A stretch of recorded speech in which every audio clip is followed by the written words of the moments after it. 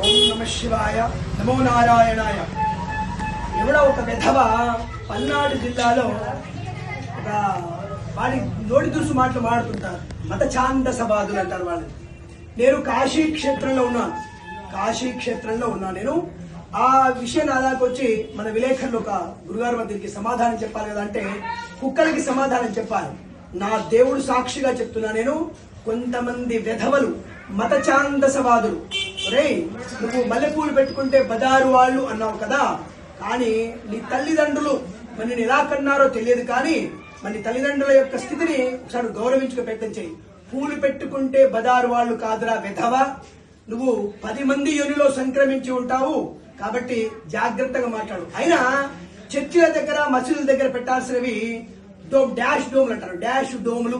దేవుడి మీద మాట్లాడదు, కానీ సనాతన ధర్మం గురించి నేను గట్టిగా మాట్లాడాల్సిన అవసరం ఉంది. వెధవల్లారా, మీకు దమ్ముంటే మీరు హిందువుల మీద ఆధారపడకుండా, సనాతన ధర్మం మీద ఆధారపడకుండా, పూల మీద, కొబ్బరికాయల మీద, అగరబత్తుల మీద ఆధారపడకుండా మీ మతాన్ని కనుక మీరు ఉద్ధరింపజేసుకోగలిగితే, మీరు నిజమైన మొగాళ్ళు అయితే, నిజమైన మీది మతం అయితే తప్పకుండా మీరు ఎటువంటి ప్రయత్నం చేయండి.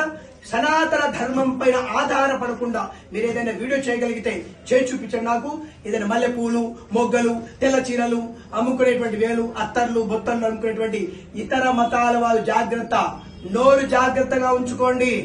మల్లెపూలు పెట్టుకుంటే బజారు వాళ్ళు అనుకునేటువంటి భ్రమలో ఉన్నావు నువ్వు. నీ మతము ఒక క్షణం బయటకు వచ్చి నా మతంలో చేరు అనేటువంటి అవకాశాన్ని వినియోగించుకుని నువ్వు సనాతన హిందూ ధర్మంలో ఏ ఒక్కళ్ళు కూడా మా మతంలోకి రండి అని ఎప్పుడు చెప్పండి. ఇక్కడ మా మతం ఉన్నతమైనది, విశిష్టమైనది.